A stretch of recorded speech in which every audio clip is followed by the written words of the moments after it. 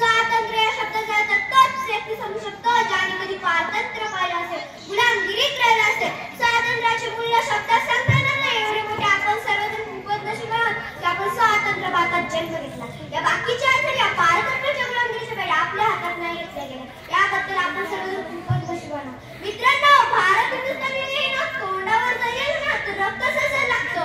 आपली मान अभिमानाने उंचावते जेव्हा देशातील आपल्या मनातील प्रत्येकाच्या मनातील एक देशभक्तीची भावना तो आदर्श पाहण्यासारखी असतो. किसी ने खूब कहा कि हम अपनी जान की दुश्मन को भी अपनी जान कहते हैं, कि हम अपनी जान की दुश्मन को भी अपनी जान कहते हैं. मोहब्बत किस मिट्टी को हिंदुस्तान कहते हैं, मोहब्बत किस मिट्टी को हिंदुस्तान कहते हैं. जो दुनिया को दिखाई दे उसे कहते हैं खामोशी, जो दुनिया को दिखाई दे उसे कहते हैं खामोश, जो आंखों में दिखाई दे उसे तूफान कहते हैं, उसे तूफान कहते हैं. और ऐसा एक ही देश है जो मेहमानों को भी भगवान कहते हैं, मेहमानों को भी भगवान कहते हैं. आणि भारताला चिडिया असं म्हटलं जातं. का बरं? आपल्या भारतासारखं समृद्ध शेती प्रधान, कृषी प्रधान देश विचारपूर्वक या काही म्हणूनच त्या काही इंग्रजांना भारतातून पाऊल बाहेर टाकताना खूप त्रास झाला असावा.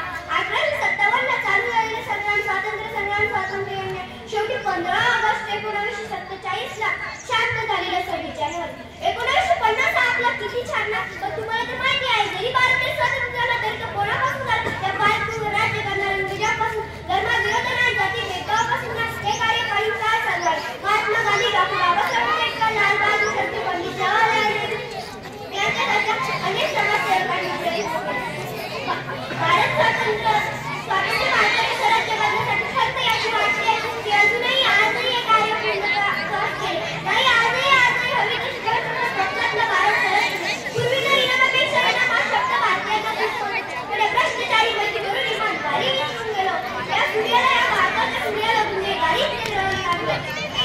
पूर्वी एवढेच नाही तर पूर्वी पैसा रुपये माहिती का? आता काय पैसा सुद्धा माहिती किती बदल झाले ना. पण एक गोष्ट आहे ना, भारत स्वातंत्र्याला आपल्या हातात आहे, सत्ता आपल्या हातात आहे. भारतीय छंदाचे गुणवत्ता का होतं? बावनचे कुणी राष्ट्रगीत बोललेले, कुणी राष्ट्रभक्त राष्ट्रपती होत नाही ना. फक्त 15 ऑगस्ट आणि जानेवारी 90 मध्ये म्हटलेले राष्ट्रभक्त होते ते राष्ट्रपती होते. इकडे लक्ष द्या. भाषण पुढे राहिलेले सर्व बसायचं, हँड पोल करायचं. याने आवाज केला तर समोर बोललेलं बरं, लक्ष द्या. सरळ बसायचं.